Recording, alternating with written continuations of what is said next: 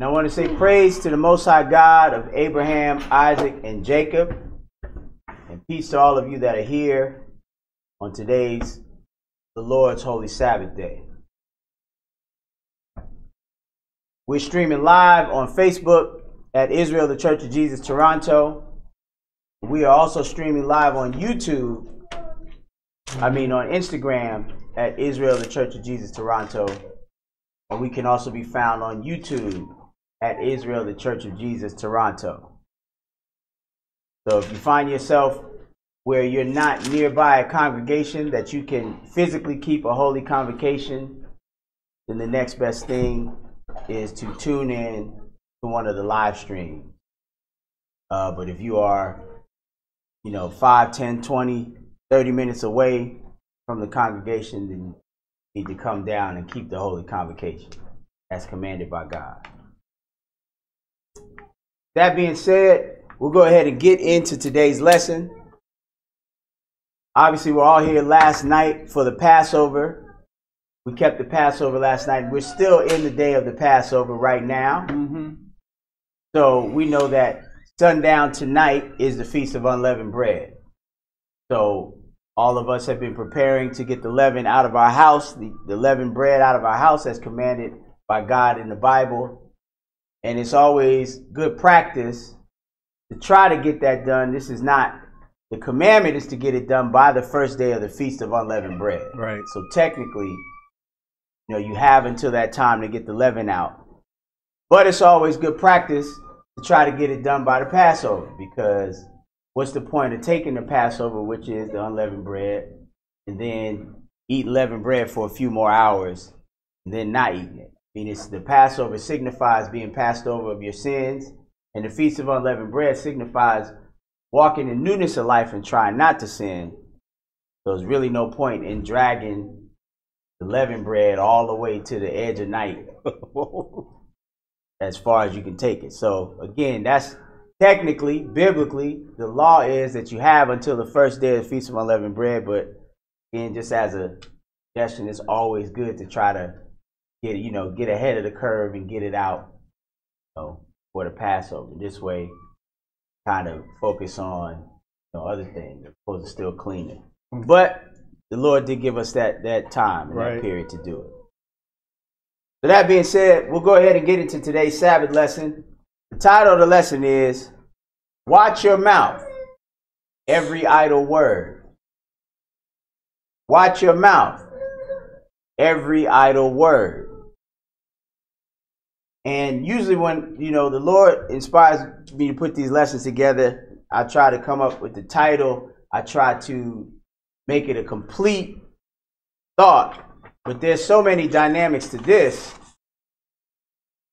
there's no way to include it all in the title. The best way to put it is watch your mouth. Right. Every idle word. And this, every idle word comes from the Bible. We're going to see the Lord says, Jesus himself said that every idle word that we speak we're going to have to give account for in the day of judgment. And this is one of the main reasons why I personally don't want to stand in judgment, because I'm not trying to give account for every word I've spoken. That would be you and me both, brother. An arduous, horrible process. Once you get through one set of words, you wipe the sweat, here come another one. I can't even imagine. But the point is, the Bible, this is a topic that comes out of the Bible, and it shows us how serious of an offense this is with this mouth that we have, and the things that we can do with it, and all the things that can be put in motion just by the things you say. Right. And how important it is for us to control. This is the first, I'll say, line of defense. We all have crazy thoughts. Everybody has crazy thoughts. That's why this is a fight. The fight, when you say fight the good fight of faith, that's all happening between here. Right. In our mind and in our heart. But the first line of infraction, the quickest way to let that crazy thought manifest itself into reality, into an action, is by saying something. Saying something which is reacting to that thought. That's why if you read in the book of Job, when Job got tried, the Lord said in all that he had went through, he sinned not with his lips. Right. Because that's where it starts. I mean, you know, you got to fight the thoughts. And you can keep yourself in check. But once you have a crazy thought and you start acting on it, or once we just start letting the floodgates open, I mean, it affects everybody else around. It affects the situation. It can put things in motion that don't need to go in motion. I mean, wars are started by words. Altercations, fights are started by words. The wrong type of words can have a situation that could go this way, ultimately go that way, just by the wrong set of words. But overall, what we learn, what we're going to see in this lesson is how powerful these words are, how God is watching even every idle word. Which again, that's a lot. So we go ahead and just get right into it. Matthew chapter 12. Matthew chapter 12. Watch your mouth, every idle word. That's some good advice for all of us. You know, I'm pretty sure I can speak for myself. You know, the less I say, even in my household, the less that's said, period, the less strife is going to be that there can be. That's right. But the opposite is true too. You know, the more that's said, the more opportunity for strife and tension and offenses and all of that. But if ain't nobody saying nothing, or ain't nobody saying much, or we all thinking long and hard about what we actually say, we reduce the opportunity for that. Matthew chapter 12 and verse 33. Matthew chapter 12 and verse 33. Okay, brother, when you get there, go ahead. Either make the tree good and his fruit good, or else make the tree corrupt and his fruit corrupt. For the tree is known by his fruit. So this is great wisdom from Jesus. This is how you know what you're dealing with, by the fruit, by the product, by what comes from it. Right? All this doctrine out here, all these different interpretations of the scriptures. Well, a good way to know who's right and who's wrong is by the fruit that comes from those who believe that doctrine. But God wants it either or. He don't want nobody lukewarm. That's why I always say, you know, if we ain't going to do this properly, you know, if I'm not going to hit the Sabbath every week and keep a holy convocation every week and do it exactly how the Lord said to the best of my ability. I mean, it's one thing if I'm sick, or, you know, if a family member's sick or something like that. But even that, I've seen people drag themselves to class even in that state. But hey, if I'm going to play around and make excuses, I mean, I might as well hit the club on Saturday because I'm going to get the same reward. Right. He said, either make the tree good and its fruit good, or else make the tree corrupt and its fruit corrupt. For the tree is known by its fruit. Verse 34. O generation of vipers, how can ye bring evil, speak good things? Look what he said. He said, O generation of vipers, how can ye, being evil, speak good things? Keep going. For out of the abundance of the heart, the mouth speaketh. See, this is problem number one. We already fighting this fight between our ears and our brain and our hearts, which is your mind, right? But what we letting come out of the floodgates of our mouth is pouring out directly from our heart. So if I'm speaking evil, I'm constantly cursing, I'm speaking negative things, harsh things, it's not like it's a bed of roses going on in my mind and my heart then at that point. I'm revealing what thoughts that I'm having that I'm agreeing with and that I'm allowing to come forth and represent myself. Keep going. A good man out of the good treasures of the heart bringeth forth good things. And an evil man out of the evil treasures bringeth forth evil things. That's pretty simple, right? Keep going. But I say unto you that every idle word that men shall speak, they shall give account thereof in the day of judgment. Let's just let that marinate. I'm 43 now. You talking You know, if I give a grace period of 5 years, you're talking over 30 some odd years of talking. Yep.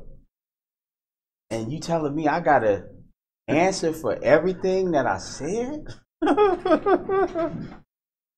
There's a reason Jesus is saying this, right? These are warnings. Right. He's not saying this because this is not going to happen. He's saying this because this is what's going to happen. Keep going. For by thy words thou shalt be justified, and by thy words thou shalt be condemned. That's a crazy predicament. That's a crazy predicament, especially looking at how we talk and how we let things come out of our mouths these days. Right. You know, because in the heat of a moment, in the heat of an argument, the last thing you think about is this verse right here, right?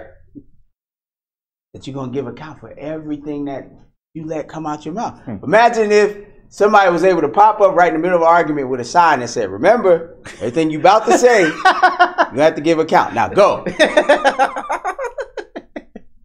Would nobody say nothing, right? No. It'd be quiet as could be. Yep. So that's what we have to do. That's what we have to do for ourselves. That's how we fight this fight. Are we finished with that? Yes. Let's go to Matthew chapter 5. That's what our job is, to remind ourselves and to keep ourselves in check. See, the Lord got it laid out. He got it laid out to where if all of us keep ourselves, that's how you have peace. If every one of us keep ourselves in check. That's how it's going to have to work in the kingdom. That's how it's going to have to work in the kingdom. I don't read about a police force in the kingdom. The kingdom is going to be full of people who have studied the ways and precepts of God, right, and have learned how to internalize them. Matthew chapter 5 and verse 21. Matthew chapter 5 and verse 21. Okay, brother, go ahead. You have heard that it was said by them of old, thou shalt not kill, and whomsoever shall kill shall be in danger of the judgment. But I say unto you, that whomsoever is angry with his brother without a cause shall be in danger of the judgment. Okay, so he said, the law said, it's saying if you kill somebody, that's an action, right? Right. Then you're going to be in danger of judgment.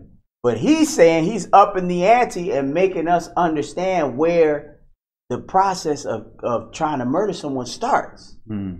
He said, but I say unto you, if you get angry with your brother without a cause, right? Because that's some folly, to be upset with someone and you don't really know what's going on. Right. And they haven't done anything. I say unto you, whosoever is angry with his brother without a cause shall be in danger of judgment. Keep going. And whosoever shall say to his brother, Raka. So now he went from the action of murder to the emotion of anger to you just saying something. He said, whosoever shall say to his brother, Raka, keep going, shall be in danger of the council. Oh, so you're in danger even by speaking these things. Keep going. But whomsoever shall say, thou fool, shall be in danger of hellfire. You mean to tell me it's something you can let come out of your mouth that will send you to hell? Just by forming your mouth to say some words. Right. No matter what language is in. Whatever language, if I speak Chinese, and whatever is Chinese for thou fool, and I'm calling somebody that, basically saying, look, you're worthless. You're not worth anything. Which you can't say that about anybody. But if I fix my mouth to say that, I could go to hell. I'm in danger. I'm in danger of hellfire. Right. That means that what I said is very powerful, not only to that person, but for me as well. We finished with that? Yes. All right, James chapter 3. James chapter 3.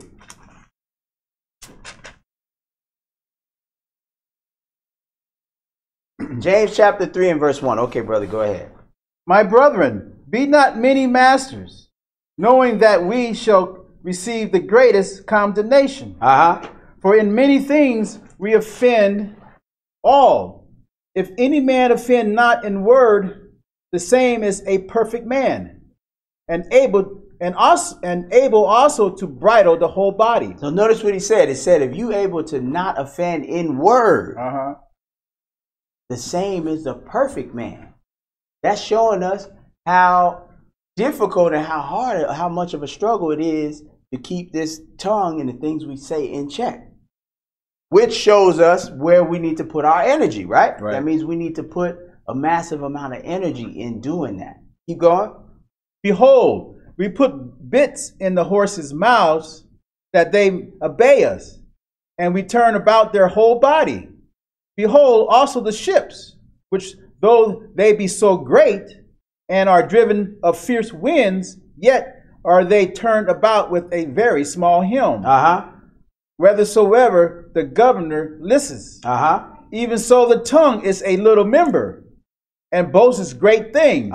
Behold, how great a matter a little fire kindleth. And the tongue is a fire, a world of iniquity. So is the tongue among our members, that it defileth the whole body, and setteth on fire the course of nature, and it is set on fire of hell. That, I mean, we need to understand the gravity of what we're reading. The Bible says the tongue is a world of iniquity, a world, not a neighborhood of iniquity. The tongue is a world of iniquity. So is the tongue among our members, that it defileth the whole body, and setteth on fire the course of nature, and is set on fire of hell. That's not good at all. Nope. I mean, even after reading just these 3 scriptures, make you not want to say nothing. Make you want to just be quiet. That's why the title of the lesson is Watch Your Mouth, Every Idle Word. It's hard to just walk around with a bunch of loose talk after reading how God sees that. God got a real problem with that. Yeah, he does. Keep going. For every kind of beast, and of birds, and of serpents, and of things in the sea is tamed, and has been tamed of mankind. But the tongue can no man tame. It is an unruly evil, full of deadly poison. Full of deadly poison. Because again, this is an instrument that you can use to set somebody on a course. I mean, you can say something and set somebody on a course going this way. You can say something and set somebody on a course going that way. That's very powerful. You can say something and set yourself on a course. You know, you get so angry, and all the evil thoughts that you've been rebuking for years, they all come out. And now the person that has heard that, I mean, you can't take it back. Nope. Can't take it back. And now they have to deal with that. And that's now everything is on a course that it doesn't need to be on. Keep going. Therewith bless we God, even the Father, and therewith curse we men, which are made after the similitude of God. So we bless God with the same mouth that we just got through a couple nights ago cursing men, or a couple days ago, or weeks ago. Same mouth. Right. Would you take a spoon and go dig in the dirt and plant a flower, and then take that same spoon and go eat some soup? Would you take, a utensil and go pave your driveway and then go eat with it? Nobody would do that, right? No. But with the same mouth, we praise God and pray and preach the gospel, and then turn around and, hey, you so-and-so, you cut me off. Oops. Or you so-and-so. You don't get it. Same mouth, right? We don't have 2 different mouths. No. Keep going. Out of the same mouth proceedeth blessing and cursing. My brethren, these things ought not so to be. So the Lord is serious about us getting that under control. Period. End of story. Right. We got brothers on the corner preaching the gospel, cursing. Yep. And yeah, I mean, we know that technically it's not a sin to say foul language, but I mean to curse and say certain words. But the Bible says to abstain from all appearance of evil And we all know what those words mean. That it ain't nothing good. No. It don't represent the Lord. Well, you don't see the Lord operating like that. You see the Lord operating like that. So he said, out of the same mouth, blessing and cursing. My brethren, these things ought not so to be. Right. So he's making it plain. This is clear. Keep going. Does a fountain send forth at the same place sweet waters and bitter? Okay, that's the same analogy like what we just said about the utensil. Uh-huh. Right? Right? You know, you don't get drinking water out of a fountain that also spouts out bleach.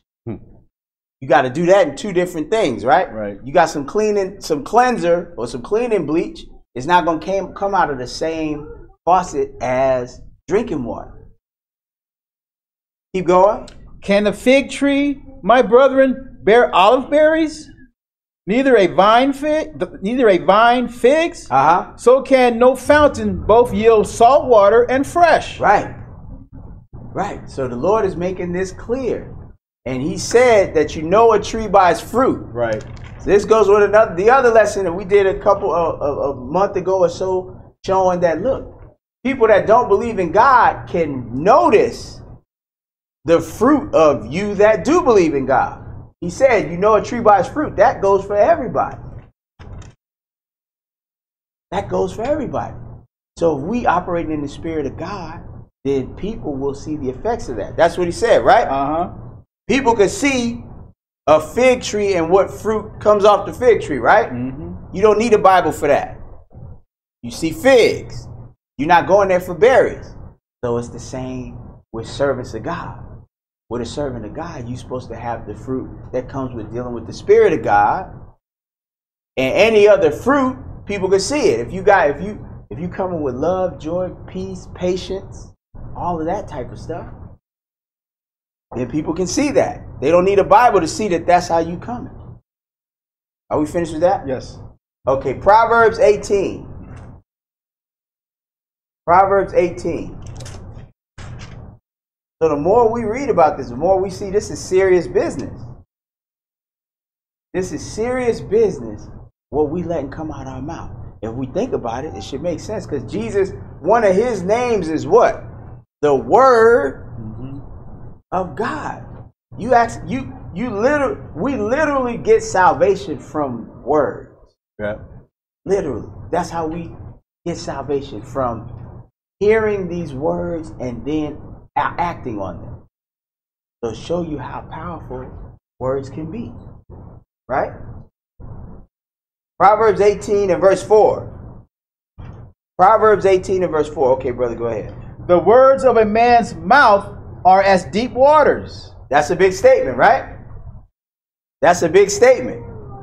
You can have somebody who is short in stature, small in size, low on the totem pole, don't got a lot of money. They could open their mouth and they could speak like they're a giant. Yep. The words of a man's mouth are as deep waters. Keep going. And the wellspring of wisdom as a flowing brook. Skip down to verse 6. A fool's lips enter into contention. And his mouth calleth for strokes. A fool's lip enter into contention. You know, it's a situation that don't gotta go this way, but hey, I'm puffed up, so hey, blah blah blah blah blah blah blah blah blah. Now that's it. It's over. That's where we going now. When it didn't even have to go that way. Right. So it went there because a series of words that you let form out of your mouth. Keep going. A fool's mouth is his destruction, and his lips are the snare of his soul. Lips are the snare of his soul. You talking so much and saying all the wrong stuff and just setting traps around yourself. Just planting landmines. To where now you got, where you go, how do you get out? Keep going. The words of a talebearer are as wounds. And this is somebody that don't care nothing about spreading stories. Even if they true. Right. Even if they true, it don't mean that you got to be the one to let everybody know. Maybe that person don't want people to know that, even if it's true. Mm-hmm. Right? We equate talebearing with lying, which it is, but sometimes, it could be the truth. That don't mean it need to be spread. Right. But he said the words of a talebearer are as wounds, because now you creating a situation that does not need to be there. Keep going. And they go down into the innermost parts of the belly. Skip down to verse 13. He that answereth a matter before he heareth it, it is folly and shame unto him. Okay, so someone that doesn't take the time to listen, right, but think they already got the answer and don't know what they're talking about because they haven't heard the matter. Right? He said, he that answer a matter before he hear it is folly and shame unto him. Mm-hmm.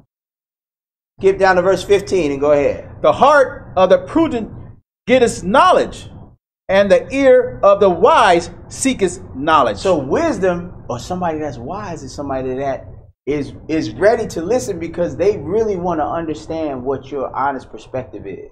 Or they really want to understand what the actual situation is. Because once they understand what the situation is, then you can clearly understand how to deal with the situation. Right. But if you're trying to answer it because you think you know what it is, but you don't have all the facts to it, therefore you don't have all the true elements, now you're addressing a situation that's actually not there, but then there is a situation that's not being addressed. That's called confusion. Skip down to verse 20 and go ahead. A man's belly shall be satisfied with the fruit of his mouth, and with the increase of his lips shall he be filled. Death and life are in the power of the tongue, and they that love it shall eat the fruit thereof. Okay, so we got preachers that preach this verse. We did a lesson called Catchphrase Christianity. This is another catchphrase that people like to use. They take it out of context. They want to say death and life is in the power of the tongue. So speak life. Speak life to your bank account. It always goes back to that. Yep. Speak life to your, to your dreams. Because death and life are in the power of the tongue. If you don't speak life to it, it's going to die. If you speak negative, then what you're trying to get is not going to come. That's not what this is. We don't see that. That's not what this is talking about. No, not at all. This is saying death and life is in the power of the tongue for you. Because God is going to either let you live or he's going to kill you based on what you're saying. That's what we read in the first scripture, right? Right. That's what this is talking about. And the effects of what you say can have an effect on somebody else. Yep. And it can have an effect on things. But ultimately, what we read in the first verse is said every idle word will either justify you, you will be justified by your words or you'll be condemned by your words. That's why it said death and life are in the power of the tongue, and they that love it shall eat the fruit thereof. Whatever you love, whatever you are about, whatever you letting come forth, right? If it's evil and you spewing out a whole bunch of evil, ultimately that's what's going to come for you. In the form of God is going to punish us for what we do. Are we finished with that? Yes. Okay, Proverbs 29. Proverbs 29 and verse 11. Proverbs 29 and verse 11. Okay, brother, when you get there, go ahead. A fool uttereth all his mind, but a wise man keepeth it in till afterwards. So that's pretty clear too, right? That's real clear. A fool lets you know everything that's on his mind because he's just going to say it. He's going to keep talking. You ever seen somebody in a conversation where one person is going on and the other person just standing there like this? Yeah. We know which one and which part of this verse is who, right? Are we finished with that? Yes. Okay, Proverbs 17. But basically, the Lord, the message, the overall message is watch your mouth. Right. It's good to just be quiet or to stop long enough to really think about what's being said. Proverbs 17 and verse 27. Proverbs 17 and verse 27. Okay, brother, when you get there, go ahead. He that has knowledge spareth his words. Look what the Bible's telling us. He that has knowledge spareth his words, because he understands how much, what you say can put things in motion. Right. Again, we talking in the practical sense. Again, we're not talking about, just because I say, hey, I love $1 million. I want $1 million. I want $1 million. Then all of a sudden, some kind of way, I get $1 million. That's not what this is talking about. This is talking about, I'm saying things and people are hearing them. I'm saying things and it's affecting the ears of people and it's putting things in motion. Can you read that again? He that has knowledge spareth his words. Uh-huh. And a man of understanding is of an excellent spirit. Right. Your words are few and far between because you're not trying to get yourself in trouble. Right. You're saying only as much as needs to be said to communicate only what needs to be communicated. Anything outside of that, I mean, is it really going to do much good or could it get you in trouble? Right? That's the same concept as these lost books that everybody want to get into. If you can get salvation with this, why is you trying to add more books? Because if the books are wrong, now all you got is a problem. It ain't adding no more salvation, right? No. So therefore, your only option is you add the problem. It's the same with this. It's the same with words. That's why he said, he that hath knowledge spares his words, and a man of understanding is of an excellent spirit. You sparing your words, you saying only what needs to be said. To communicate only what needs to be communicated. Keep going.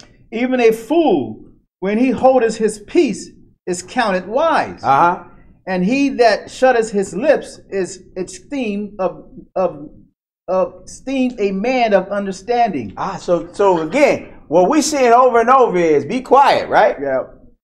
Watch your mouth. That's the message we get. Right. He said even a fool, when he's quiet, people gonna think he wise. Because he's smart enough, even though he's a fool, he's smart enough to know, let me not let everybody know I'm a fool by speaking. I'm just going to be quiet, and everybody probably going to give me the benefit of the doubt. That he that shutteth his lip is esteemed a man of understanding. I seen this before. In LA, we had some brothers that were coming to the class, and they were real sharp dressed. And you're not supposed to judge nobody the outwardly appearance, but I'll admit I did. You know what I'm saying? These brothers coming every week. They look clean, they listening, and they leaving. They listening, get the lesson, and they leaving. Wow, and they look, man, we got into it one day, and I'm talking about the doctrine that came was so crazy. But, wouldn't have known. Right. I didn't know until they opened up and started speaking on it. They're like, oh, wow, okay. But that's what it say. Even a fool, when he holds his peace, is counted as wise, and he that shutteth his lips, esteemed a man of understanding. Because at least they know, look, if I'm quiet, it could go either way. All right, we finished with that? Yes. Okay, Proverbs 12. Proverbs 12 and verse 1. Proverbs 12 and verse 1. Okay, I'm sorry. Psalms 12. We're Psalms 12. Yeah, Psalms. I'm sorry. I'm sorry about that. Psalms 12 and verse 1. Psalms 12 and verse 1. Okay, brother, when you get there, go ahead. Help, Lord, for the godly man ceases, for the faithful fail from among the children of men. Uh-huh. They speak vanity, every one with his neighbor. Okay, so he said, look, it ain't no faithful people anymore. Everybody's gone the way of the wicked. And what's the first attribute? They speak vanity, everyone with his neighbor. Keep going. With flattering lips and with a double heart do they speak. And this is the problem. Remember he said, out of the heart proceedeth what comes out your mouth, right? So he said, with vanity, everyone speak with his neighbor. With flattering lips and with a double heart do they speak. Keep going. The Lord shall cut off all flattering lips and the tongue that speaketh proud things. Who have said, with our tongues will we prevail? Our lips are our own. Who is Lord over us? See, that's a bunch of pride, but the pride is leading what's being said. And the Lord is taking note of everything that's being said coming forth from the heart, right? Right. Okay, let's go to Judges 11. Psalms. Oh, I'm sorry. Psalms 15. You're right. Yeah. Psalms 15. Psalms chapter 15 and verse 1. Psalms chapter 15 and verse 1. Okay, brother, when you get there, go ahead. Lord, who shall abide in thy tabernacle? Who shall dwell in thy holy hill? Okay, so now, who is going to dwell with God, basically? Who's going to make it? Verse 2. He that walketh uprightly and worketh righteousness and speaketh the truth in his heart. Okay, so somebody's seeking the truth, and that's what they letting come out of their mouth. They speaking the truth in their heart. Keep going. He that backbiteth not with his tongue. So he that backbiteth not with his tongue. What's backbiting? You going behind someone, you speaking evil of them. Right? You might even be nice in their face and flatter with your lips in their face. But then when they not around, oh, so-and-so, so-and-so, so-and-so. I don't like how he do so-and-so, so-and-so. Well, why don't you tell him then? Nah, I don't want to do it. I'm telling you. That's backbiting. The Lord is taking note of that type of behavior. For him to have it written in the Bible. He said, who's going to make it and dwell with him in his tabernacle? He that don't backbite. Right. That's basically what we just read, right? Keep going. Nor doeth evil to his neighbor, nor taketh up a reproach against his neighbor, in whose eyes a vile person is contemned, but he honoreth them that fear the Lord. He that swears to his own hurt and changes not. So he that, basically, your word means something. Somebody who, you know, if they swear something, then even if ultimately the outcome is going to hurt them, they're not going to go back on what they said. This is how powerful what we letting come out of our mouth is. And it's supposed to be. See, we don't think nothing of it. We say all kinds of stuff because we feel like ultimately whoever we said it to, we could just go and apologize and clean it up later. So we just, hey, I'm going to do this, whatever. Or even if we make an agreement with somebody, we feel like we can go back and say, hey, well, you know I said I was going to do that, but, you know, this changed and that changed, so now I can't do it. Even in marriage, we say like, oh, look, I'm going to love you with you, you know, till death do us part, in sickness and health. Then if somebody gets sick, well, you know, I don't know, this is changing and I'm falling out of love. So everything we do it with the mindset of, hey, you know, I'm really not bound. I'm you know, with all they got me on is my word. And I could change that easy, right? But the Lord said the one that's going to make it with him is the one that swear to his own hurt and change it not. This means you marry somebody and something happened to him and you still with him, you stick with him, even if it's, you know, let's say somebody get hurt, you got to take care of them. That's going to be a rough road, but hey, then you're going to be with them, right? Right. Are we finished with that? Verse 5. Okay. He that putteth not out his money to usury, nor taketh reward against the innocent, he that doeth these things shall never be moved. Okay, Judges 11. Judges chapter 11.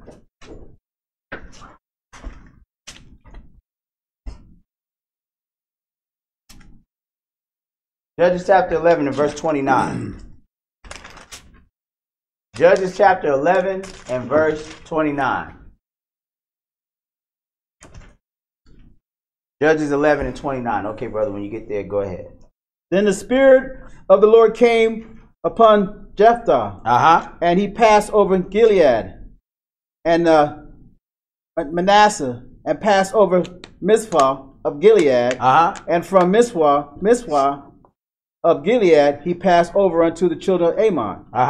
And Jephthah vowed a vow unto the Lord, and said, If thou wilt without fail deliver the children of Ammon into my hands, then it shall be that whatsoever cometh forth out of the doors of my house to meet me, when I return in peace from the children of Ammon, shall surely be the Lord's, and I will offer it up for a burnt offering. Okay, so this guy Jephthah, he made a vow to God, so he's saying these words to God. Right. He said, look, if you deliver the children of Ammon into my hands, when I get home, whatever is the first thing that comes through my door, I'm going to offer it up to you for a burnt offering. That's what he said to God. He let that come out of his mouth, right? Verse 32. So Jephthah passed over unto the children of Ammon and fight against them, and the Lord delivered them into his hands. Okay, so the Lord did his part in this bargain that Jephthah came up with. Right? He's the one that said that, right? Okay, keep going. And he smote them from Aroer even till thou come to Minnith, even 20 cities, and unto the plain of the vineyards, with a very great slaughter. Thus the children of Ammon were subdued before the children of Israel. And Jephthah came to Mizpah unto his house, and behold, his daughter came out to meet him with tambourines and with dances, and she was his only child. Besides her, he had neither son nor daughter. And it came to pass, when he saw her, that he rent his clothes and said, At last, my daughter, thou hast brought me very low. Thou art one of them that trouble me. For I have opened my mouth unto the Lord, and I cannot go back. And she said unto him, My father, if thou hast opened thy mouth unto the Lord, do to me according to that which has proceeded out of thy mouth. For as much as the Lord has taken vengeance for thee of thy enemies, even of the children of Ammon. And she said unto her father, Let this thing be done for me. Let me alone 2 months, that I may go up and down upon the mountains, and bewail my virginity, and I and my fellows. So now, what are we looking at? We're looking at somebody that, opened their mouth to God and put something out there. And now this thing is in motion. This thing is in motion, and he know it, and she know it. That show you that, at this time, people understood the importance of what you let come out your mouth. Right. Especially to God. Especially to God. God is the one, he judging us on idle things we saying to each other. You know how it's going to go with the stuff we saying to him.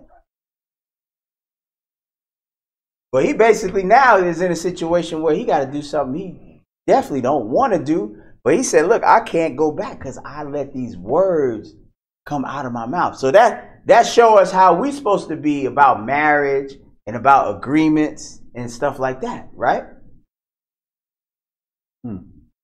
That shows us when we say something that we're supposed to mean it, which means that we're not supposed to say something unless we prepared to do it or back it up. Right.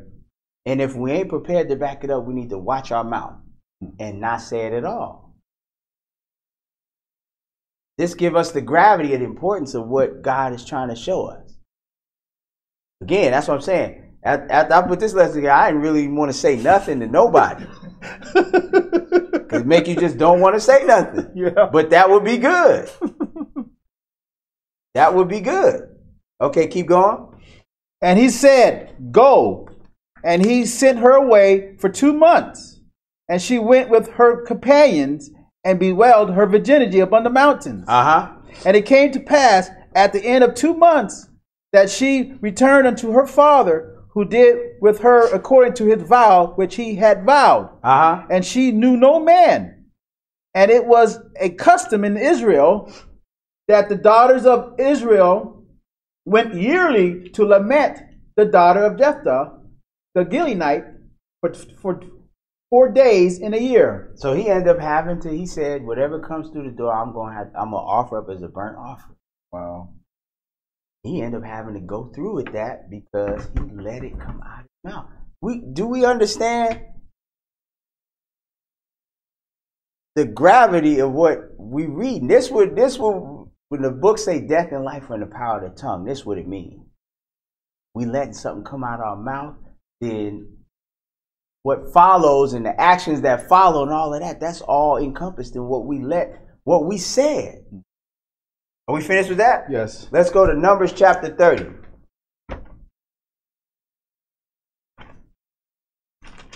Numbers chapter 30 and verse 1. Numbers chapter 30 and verse 1.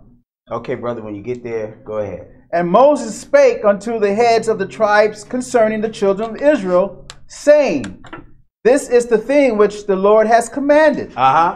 If a man vow a vow unto the Lord, or swear an oath to bind his soul with a bond, he shall not break his word.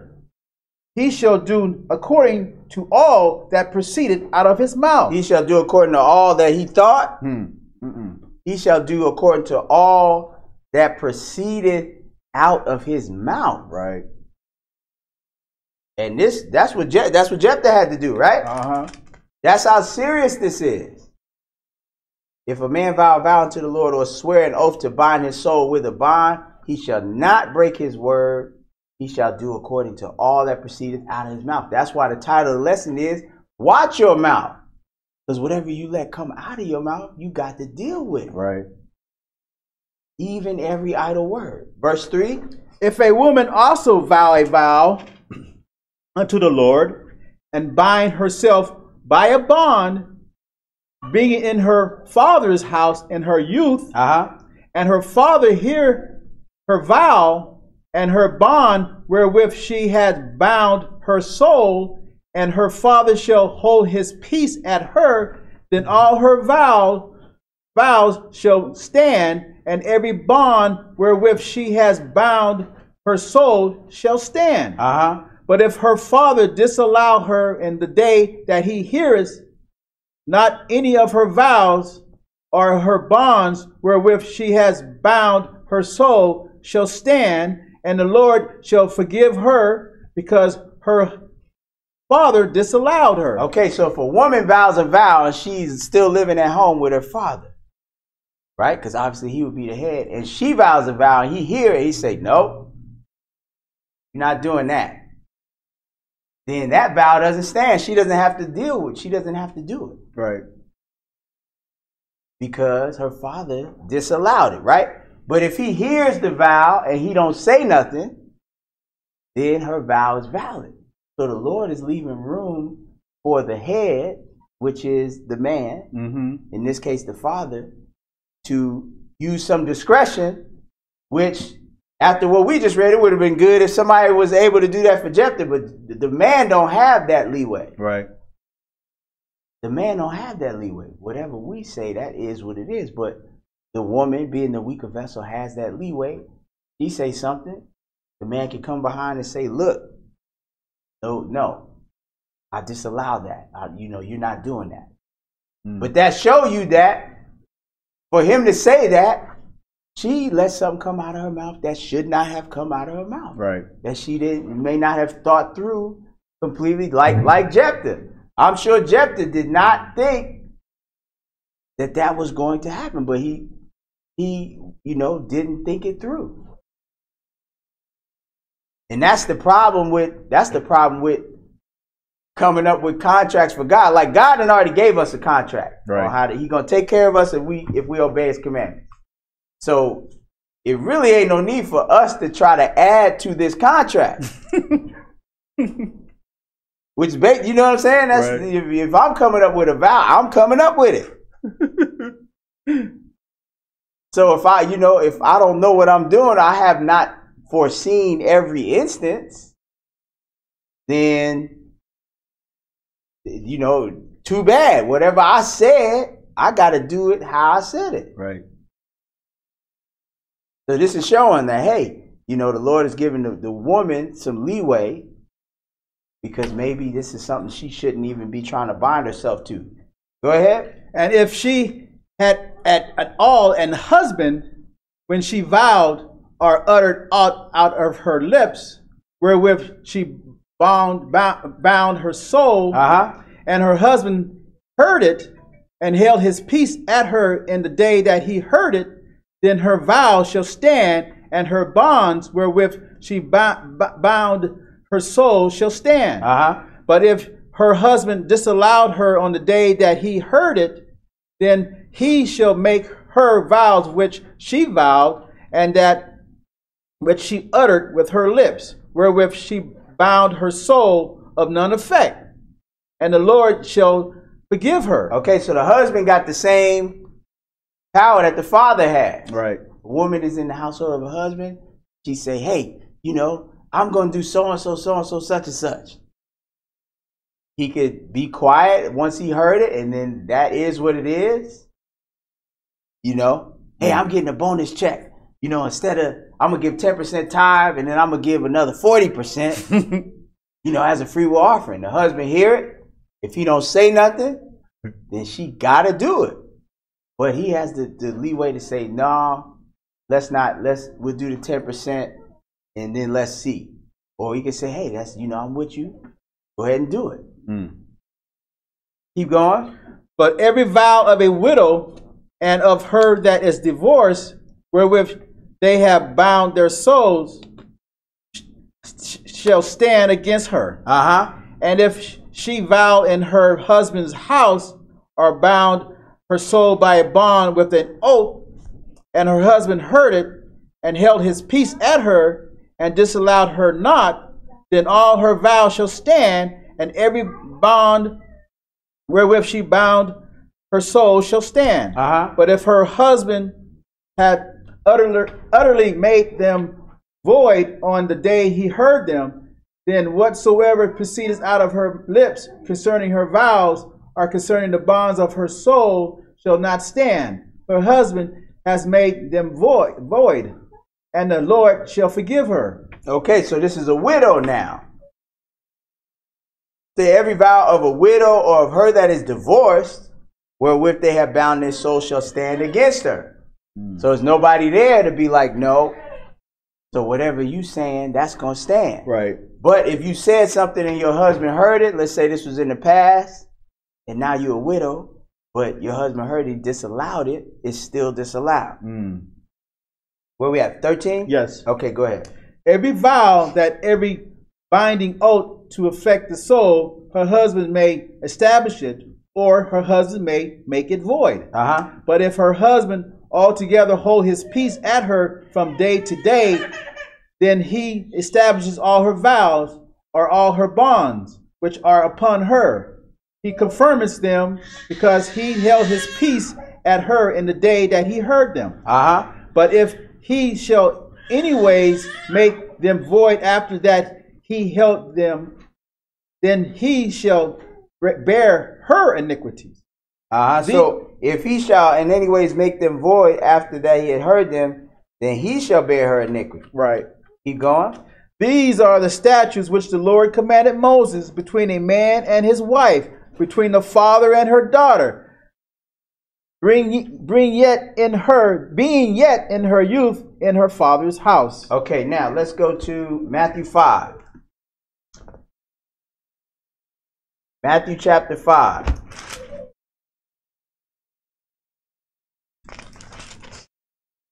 And verse 33. Matthew chapter 5 and verse 33. Okay, brother, when you get there, go ahead. Again, ye have heard that it has been said by them of old time, thou shalt not forbear thyself, but shalt perform unto the Lord thy oaths. Okay, so Jesus is saying, you know, the law says, thou shalt not forswear thyself, meaning don't swear falsely.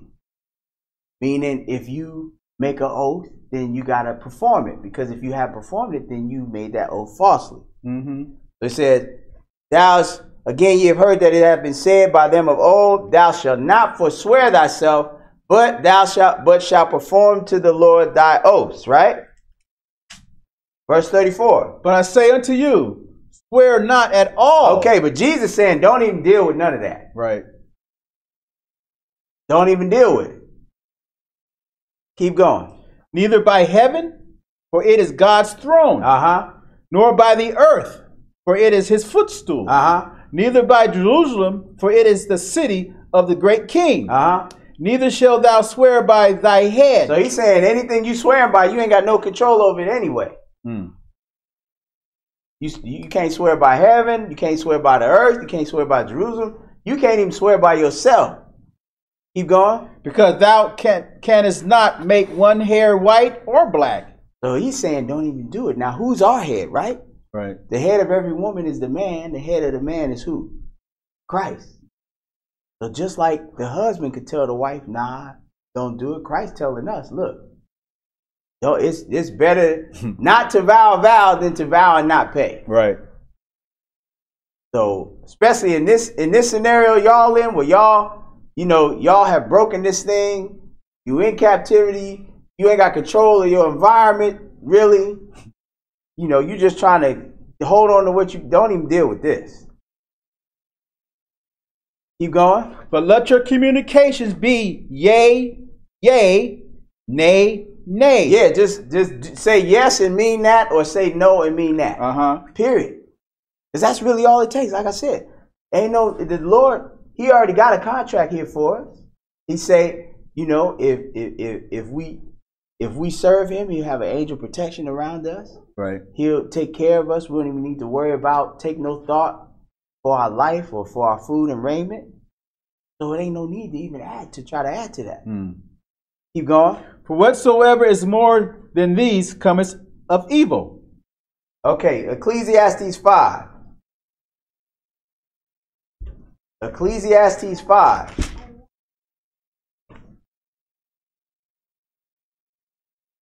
And verse 1.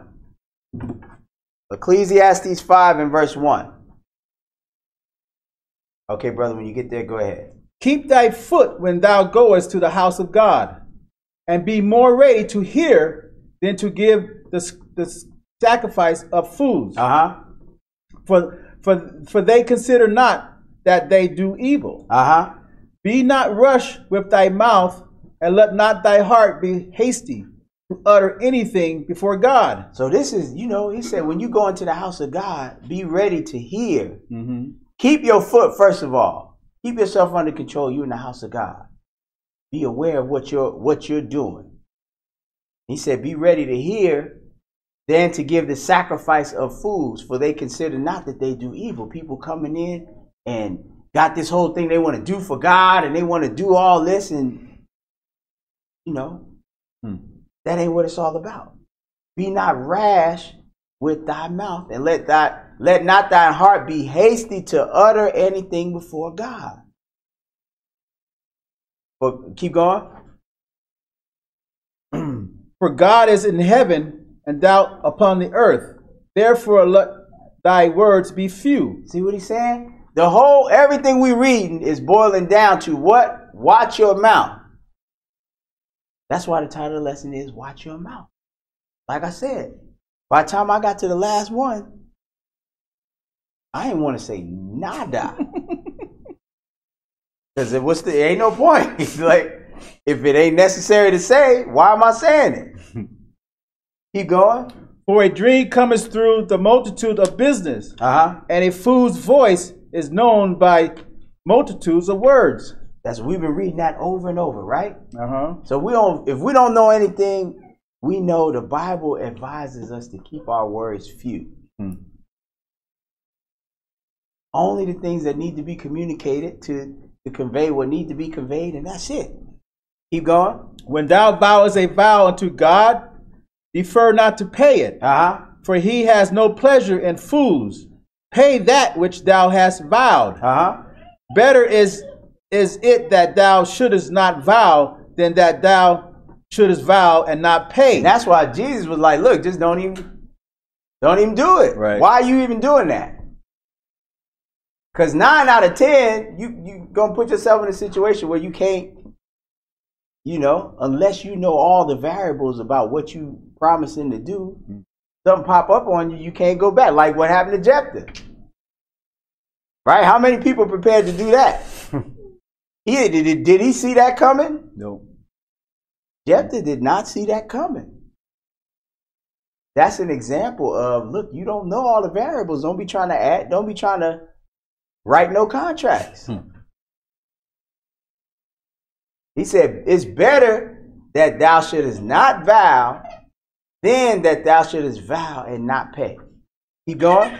Suffer not thy mouth to cause thy flesh to sin. So you creating, if we got our hands full with the law that we got, like we don't need to be creating no sin for ourselves. You create, if we say something and don't do it, we done created a scenario of sin for ourselves. I mean, why are you adding some stuff you don't need to have? Keep going. Neither say thou before the angel that it was an error. See, that's what I'm saying. This is how we operate. We don't operate in general like, you know, hey, if I say I'm going to do this, I have thought it through. I have made the preparations. I'm prepared to do it. Therefore, I'm going to say yes. We say yes and go back and say, well, look, you know, this is what it is. But if this happened, then this will be our recourse. Or if this happened, this is how we can get out of it. Or if this happened, this is how we can get out of it. You know, I'm going to go ahead and buy this car. But hey, this happened, this is how I could get out of it. But that's not how we're supposed to deal with it, right? That he said, don't utter all these things. Don't vow something to God and not pay. And don't think that you can't tell God, hey, you know, I didn't think about this variable, so therefore I want to back out of this agreement. He said, neither say before the angel that it was an error. Keep going. Wherefore should God be angry at thy voice and destroy the works of thy hand? Of something that you initiated. Right. Who initiated the vow? You did. That's why he say death and life is in the power of the tongue. That's why the title lesson is watch your mouth. Every idle word. Wherefore should God be angry at thy voice and destroy the work of thy hands? Keep going. For in the multitude of dreams and many words there are also diverse vanities, but fear thy God. In the multitude of dreams and many words there are also diverse vanities. Right. You talking too much about stuff that don't matter and can only ultimately get you in trouble. So just watch it. Right. Are we finished with that? Yes. Okay, Malachi 3.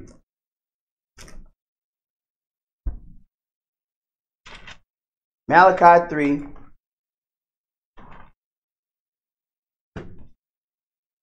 And verse 16. Malachi 3 and verse 16. Malachi 3 and verse 16. Okay, brother, go ahead. Then they that feared the Lord spake often one to another, and the Lord hearkened and heard it, and a book of remembrance was written before him for them that feared the Lord, and that thought upon his name. Okay, so they that feared the Lord spake one to another, and the Lord hearkened and heard it. Right. So you got some friends, you know, y'all fear God. You on the phone, hey man, Lord bless me.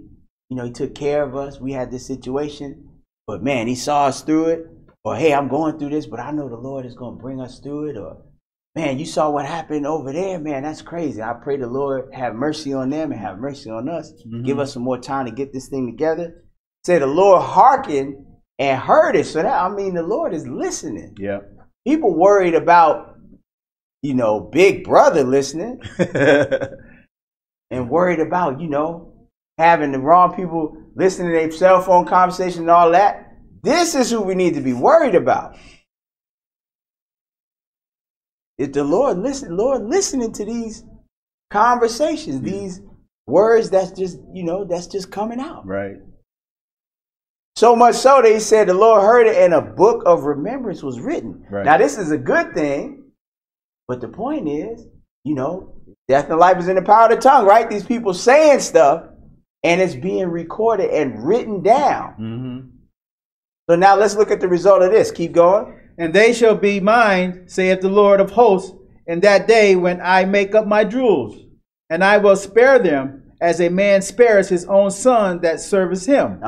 Then shall ye return and discern between the righteous and the wicked, between him that serveth God and him that serveth him not. Okay, so this end up good because these are ones that fear God, and they speaking often to each other about that. But again, this just showing you the power, and consequence of what we'll ultimately let come out of our mouth, right? Right. Because it's coming from your heart. So it's a book written somewhere that got specific conversations that you may have had. If you fear God and you having conversations about it, God got a book and that stuff is being written down. Like December so-and-so 2012 at 4 p.m. you had this conversation with your brother in Christ about something over the phone, and this was the conversation. So and they write down the dialogue and everything. So if they hear that, that's the blessing part, right? It said from the same mouth, blessing and cursing. So what happens when, you know, January 2nd, 7 p.m., you over here getting into it with somebody. Are they turning their back on that? No, that's being recorded too. Revelation say the books were open, right? Oops. Are we finished with that? Yes. Okay, Ephesians 4.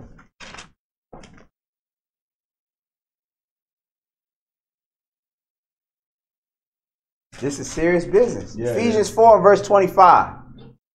Ephesians 4 and verse 25. Okay, brother, go ahead. Wherefore, putting away lying, speak every man truth with his neighbor. For we are members one of another. Be ye angry and sin not. Okay, so it's not that we're not going to be angry. It's not that it's not going to be hard. Right. But that's where it got to stop. Be angry, but sin not. We can't act on that anger and allow that anger to turn into sin. Keep going. Let not the sun go down upon your wrath. Neither give place to the devil. Don't give the devil no room. This is one of the easiest, quickest, and first ways the devil can come in and get some room. Right. Through some words that's either being said to you or something you saying to somebody. So he said, neither give place to the devil. Keep going. Skip down to 29 and go ahead. Let no corrupt communication proceed out of your mouth. Let no corrupt communication proceed out of your mouth. Again, you know, we got to talk to our brothers that's out there screaming and hollering and cursing at people with a Bible in their hand. Right. Come on. Keep going. But that which is good to the use of edifying. See, what got to be communicated is something that is good to the use of edifying. Keep going. That it may minister grace unto the hearers. That it may minister grace to only Israel? No. To who's hearing it? Right. And that's what we see in the Bible. When we see Paul be brought up in front of all these dignitaries and people with all these charges, we don't see him cursing at them. We don't see him, you know, putting them down. We see him telling them, look, he told, I think it was Festus or somebody that was questioning him. He said, look, he said, You know, I'm a Christian, and I pray that everybody that hear me feel the same way that I feel, basically. Because he's trying to administer grace to the hearers. Are we finished with that? Yes. Okay, 1 Peter 3. 1 Peter chapter 3 and verse 1. 1 Peter 3 and verse 1. Okay, go ahead.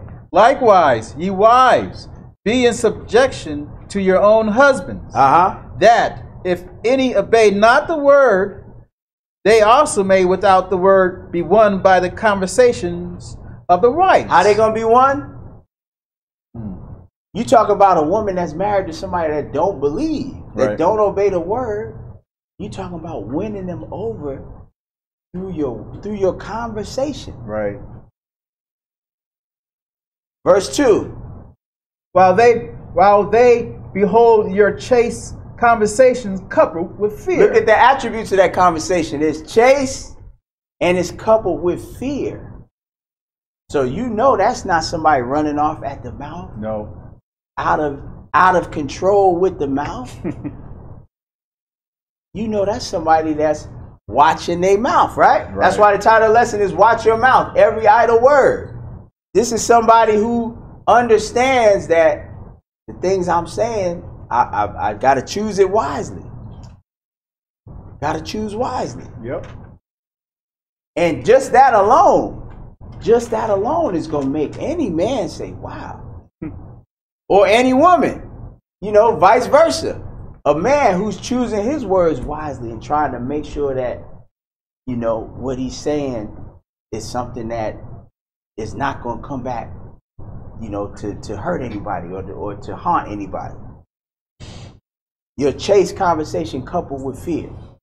We finished with that? Yes. Okay, 1 Thessalonians 4. So again, we're just looking at the importance of watching what we say. 1 Thessalonians 4 and verse 9. 1 Thessalonians 4 and verse 9. Okay, brother, go ahead. But as touching brotherly love, you need not that I write unto you. For ye yourselves are taught of God to love one another. And indeed, you do it towards all brethren which are in all Mesopotamia. But we beseech you, brethren, that ye increase more and more, and that ye study to be quiet and to be your own, and to do your own business, and to work with your own hands, as we commanded you. Okay, so he telling them they need to love each other and they need to basically be about their business, but he also told them to do what? To study to be quiet. How do you do that? Well, you work real hard. You take note of how things went in the past. You be mindful and work on each time you presented with a chance to speak, that you only saying what needs to be said if something needs to be said. But you studying, you working hard to be quiet. Right. Why? Because what have we read about a multitude of words? It hasn't been good at all, has it? No. Hasn't been good at all. We ain't read nothing good about that. So we see it's good to be quiet, to let our words be few, right? Are we finished with that? Verse 12. That ye may walk honestly towards them that are without, and that ye may have lack of nothing. Okay. Psalm 34. Psalm 34. Psalm 34 and verse 13. Psalm 34 and verse 13. Okay, go ahead. Keep thy tongue from evil and thy lips from speaking guile. Okay, that was a quick one, but again, that's what it's all about. That's what the work is. Keeping your tongue from evil and your lips from speaking guile. Don't let it come out your mouth. The more as time goes on, the more we work on that, the more that should be able to be done. Right. 1 Samuel 31. 1 Samuel 31 and verse 1. 1 Samuel 31 and verse 1. Okay, brother, when you get there, go ahead. Now the Philistines fought against Israel, and the men of Israel fled from before the Philistines and fell down slain in Mount Gibeah. Gilboa, excuse me. And the Philistines followed hard upon Saul and upon his sons. So we know Saul is the king of Israel at this time. He was the first physical king of Israel, right? And this is when he's about to die. So they were going against the Philistines, and the Philistines was winning. Go ahead. And the Philistines slew Jonathan and Abinadab and Malchishua, Saul's sons. And the battle went sore against Saul, and the archers hit him, and he was sore wounded of the archers. Then said Saul unto his armor bearer, Draw thy sword and thrust me through therewith, lest these uncircumcised come and thrust me through and abuse me. But his armor bearer would not, for he was so afraid. Therefore Saul took a sword and fell upon it. And when his armor bearer saw that Saul was dead, he fell likewise upon his sword and died with him.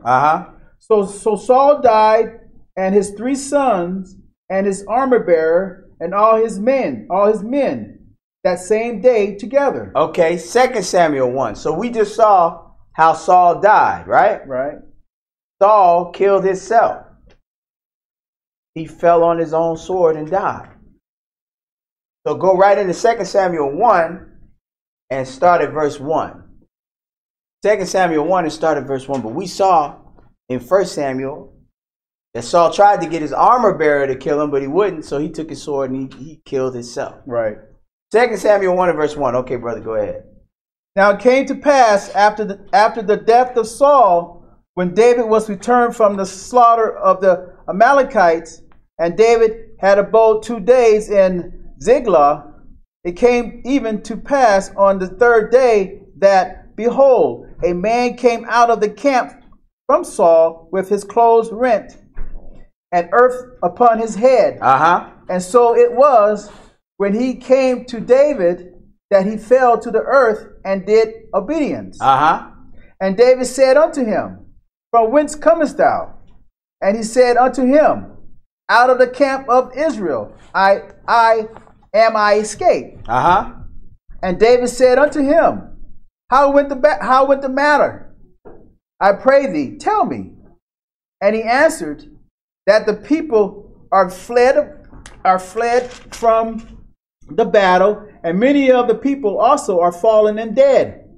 And Saul and Jonathan, his son, are dead also. And David said unto the young man that told him, How knowest thou that Saul and Jonathan, his son, be dead? Okay, so this guy's having a conversation with David after Saul and Jonathan and them died. And he's okay up until this point, right? He came and told them that Saul and Jonathan were dead. And David said, How do you know this? This man is okay up until this point. Verse 6. And the young man that told him said, As I happened by chance upon Mount Gilboa, behold, Saul leaned upon his spear, and lo, the chariot and the horsemen followed hard after him. And when he looked behind him, he saw me, and called unto me, and I answered, Here am I. And he said unto me, Who art thou? And I answered him, I am an Amalekite. He said unto me again, Stand, I pray thee, upon me, and slay me. For anguish is come upon me, because my life is yet whole in me. So I stood upon him and slew him, because I was sure that he could not live after that he was fallen. And I took the crown that was upon his head and the bracelet that was on his arm, and I brought them hither unto my Lord. Then David took hold of his clothes and rent them, and likewise all the men that were with him. Okay, so he told David that he killed Saul. Now, was that true? No, so he some kind of way in his heart felt like he was going to maybe he thought he was going to get a reward or something, because they all thought that they knew that Saul was persecuting David, so maybe they thought David would be happy. I don't know. But I know he didn't kill Saul. No. And I know he told David out his mouth that he did. So now let's see how that ends up for him. Keep going. And they mourned and wept and fasted till even. For Saul and for Jonathan his son, and for the people of the Lord, and for the house of Israel, because they were fallen by the sword. And David said unto the young man that told him, Whence art thou? And he answered, I am the son of a stranger, an Amalekite. And David said unto him, How wast thou not afraid to stretch forth thy hand to destroy the Lord's anointed? Okay, so this is taking a turn that he didn't expect. Right. All behind something that he let come out his mouth. Now, he conjured it up in his mind, but he took that next step. That's that dangerous next step, acting on it. And the first way you act on it is by speaking, by saying it. Right.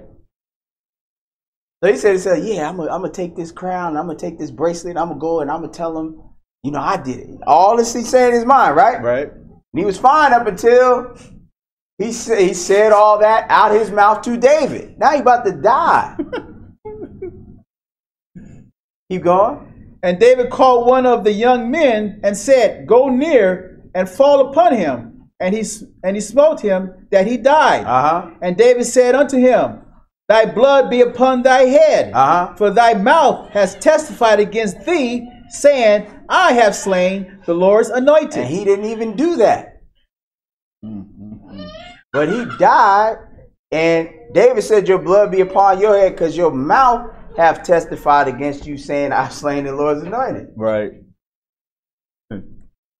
Let's go to Matthew 15 and two more after this. Matthew 15 and two more after this.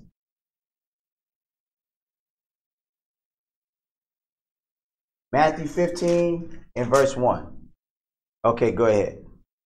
Then came to Jesus scribes and Pharisees, which were of Jerusalem, saying, Why do thy disciples transgress the tradition of the elders?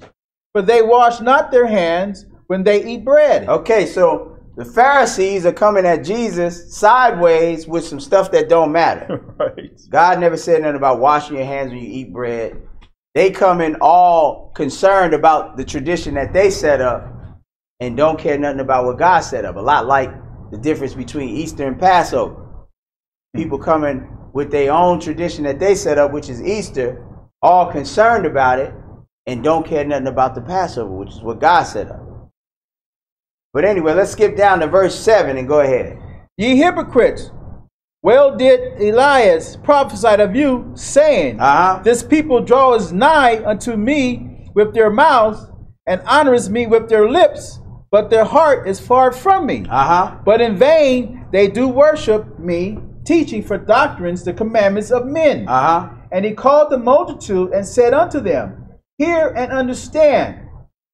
Not that which goeth into the mouth defileth a man, but that which cometh out of the mouth, this defileth a man. Okay, so again, we've all heard this scripture. Why? Because it's a big catchphrase in the Christian church. Right.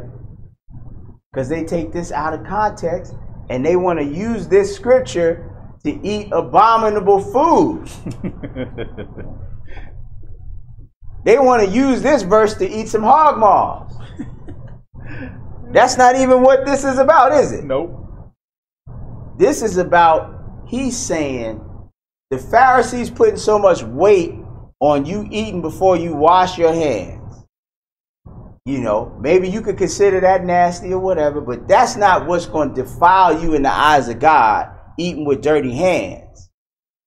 He took it another step. He said, what's going to defile you is what comes out of your mouth.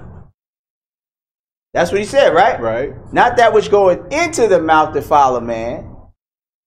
Talking about the dirty hands. Not talking about some crab cakes. Talking about dirty hands. That was the topic of conversation. Not that which goeth in the mouth defile a man, but that which cometh out of the mouth defileth the man. Skip down to verse 17 and go ahead. Do not ye yet understand that whatsoever enters in at the mouth goes into the belly and is cast out unto the drought? Okay, so if I eat some chicken and I don't wash my hands, all of it's going to come out. Right. One way or another is what he's saying. Right. So that's inconsequential. Verse 18. But those things which proceed out of the mouth come forth from the heart. Ah, here's the problem. That's why the title of the lesson is Watch Your Mouth. See, it's amazing that Sunday preachers will come here to try to eat a pork chop and won't deal with the fact that he's saying we got to watch our mouths and what we say. Right. That's the real topic of discussion here.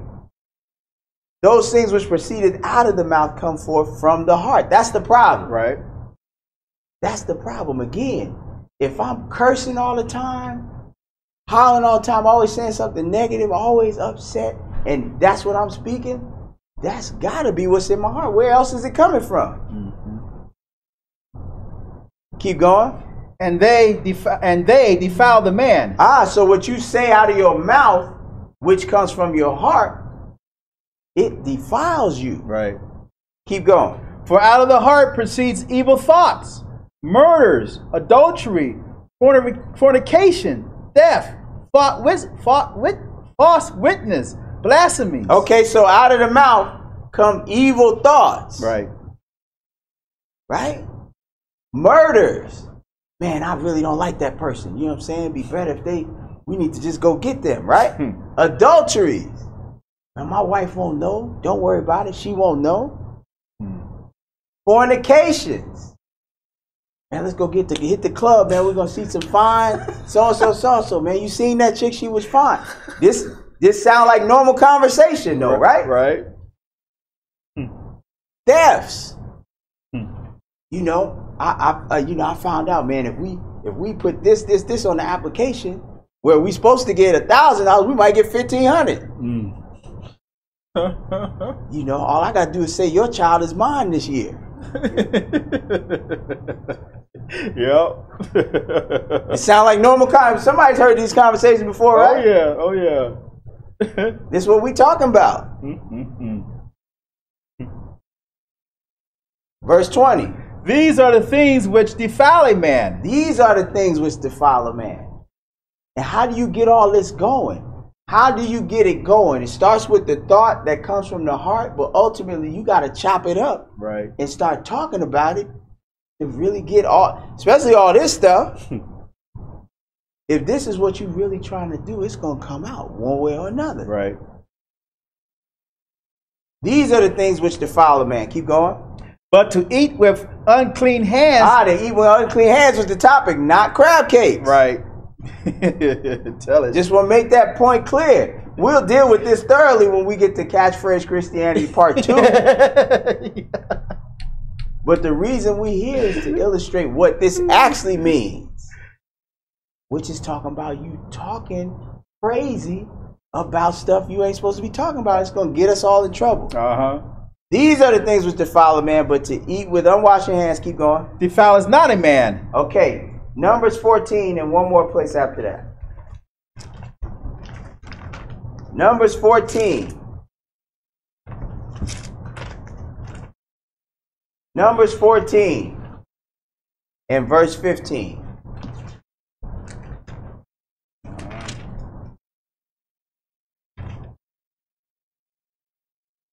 Numbers 14 and verse 15. Okay, brother, when you get there, go ahead.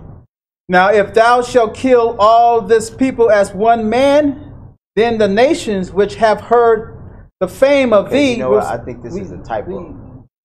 Okay. It should probably be Numbers... What does it say there? 15, and then skips to 11 to 23, which covers that as well. I think it's 1 through 5. Oh, okay. Yeah, I think it's for this. That's supposed to be 1 through 5. I'm sorry. All right. Numbers 14... 1 through 5. Numbers 14 and verse 1. Okay, brother, when you get there, go ahead. And all the congregation lifted up their voice and cried, and the people wept that night.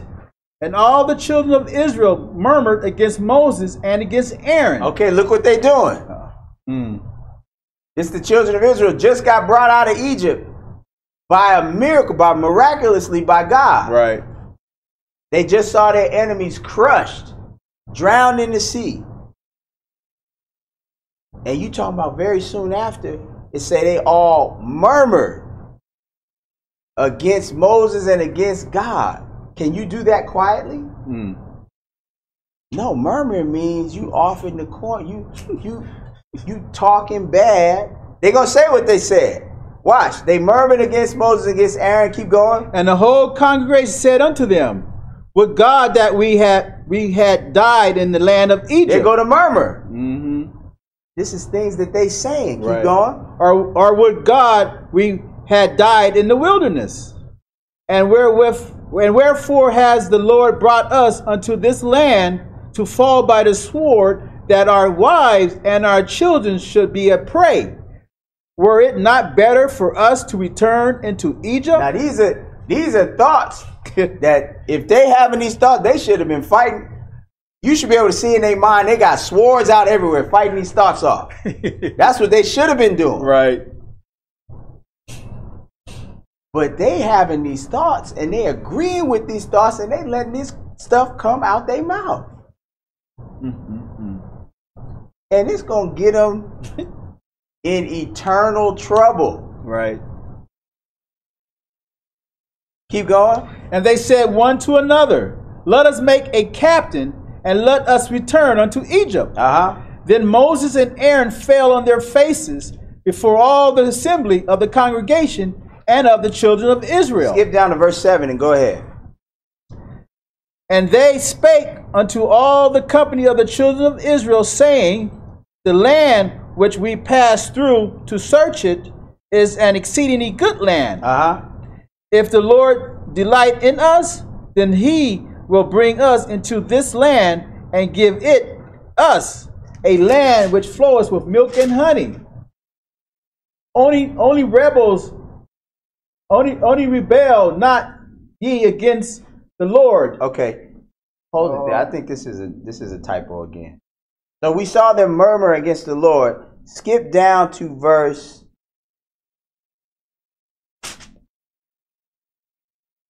26. Skip down to verse 26. I think this is a typo. So we saw them murmur, and we know the Lord heard it. Let's see what the Lord is going to say. Keep going. And the Lord spake unto Moses and unto Aaron, saying, how long shall I bear with this evil congregation, which murmur against me? I have heard the murmuring of the children of Israel, which they murmur against me. Now he said the Lord heard it, right? They in the wilderness. The Lord brought them out of Egypt. Got them in the wilderness because he proving them to see if they're going to really obey before he take them into the land. And this is the problem here. Right. That's why I always say, you know, if myself and my family are so blessed to make it to the wilderness that we flee to, when the abomination of desolation come, if we make it there, I hope that I'll just be quiet, period.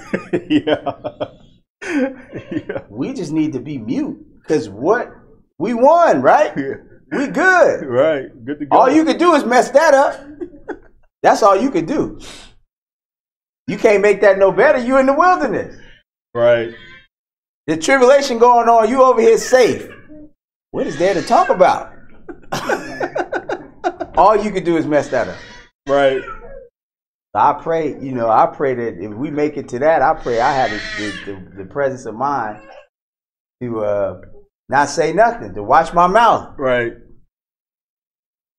Okay, but keep going. 28.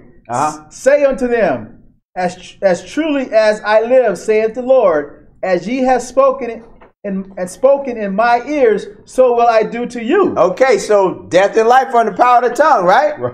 This ain't talking about no houses, though.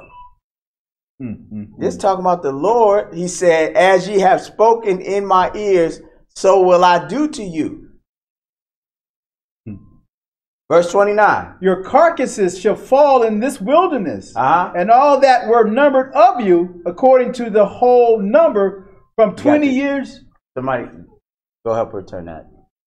All that were numbered unto you, according unto your whole number, from 20 years and upwards, which have murmured against me, doubtless ye shall not come into the land concerning which I swear to make you dwell therein, save Caleb, the son of Jephunneh, and Joshua, the son of Nun. Now their conversation was different. Caleb and Joshua came and said, look, we could take these people. The land is good. The Lord said he's going to give it to us. Let's do it. Right. In the story. And they're going to get in, right? But everybody else was on the opposite side of that. They ain't getting in. Right. Keep going. But your little ones, which you said shall be a prey, them will I bring in. So the Lord said, look, y'all say these people going to be a prey. They going to get in. Y'all ain't even going to see it. Because that's what y'all let come out y'all mouth. Right. Keep going. And they shall know the land which ye have despised. Is that it? Okay. Last place, James chapter 1. James chapter 1 and verse 19. James chapter 1 and verse 19. James 1 and verse 19. And this is the key right here. Verse 19. Go ahead. Wherefore, my beloved brethren, let every man be swift to hear, slow to speak, slow to wrath. And that's the key. Swift to hear, because that's how you get understanding. Slow to speak. You know, I'm feeling some kind of way, but let me give it some time and consider. Right. Because maybe I'm wrong, or maybe I don't understand what's going on, or maybe I don't need to speak right now. Slow to speak and slow to wrath. Look at them people in the wilderness. Yeah. They ain't even give it no time before they got impatient. What if they had been slow to speak and slow to wrath? And had given some stuff some time. Verse 20. For the wrath of man's work is not the righteousness of God. Wherefore lay apart all filthiness and superfluity of naughtiness, and receive with meekness the engraft word which is able to save your souls. Skip down to verse 26. If any man among you seem to be religious and bringeth not and bridles not his tongue. So look at what he's saying. If any man among you seem to be religious, seem to act like they know God, and seem to want to serve God, but that man is not bridling his tongue. Keep going. But deceiveth his own heart. This man's religion is vain. Look at how important it is to keep our tongue and to watch our mouth. Wow. He said, if you know somebody that act like they know God and want to serve God and all that, but they can't control their mouth, all that they doing is in vain. You mean to tell me just because I can't control my mouth, all that I'm doing in the name of God is in vain? That's what we just read, right? So that shows us how important it is that we watch our mouths and watch what we say. Right. Because the overall goal is to check. We got to get our heart in check. We got to get our heart and our thoughts and our responses and all that stuff. We got to get that in check. But the first line of defense, don't let it come out your mouth. Because once it comes out your mouth, now you have acted on the things that you should be having some patience and trying to fight off and all of that. So it's very important. So that is, watch your mouth, every idle word, and I hope you got some understanding in the mighty name of Jesus.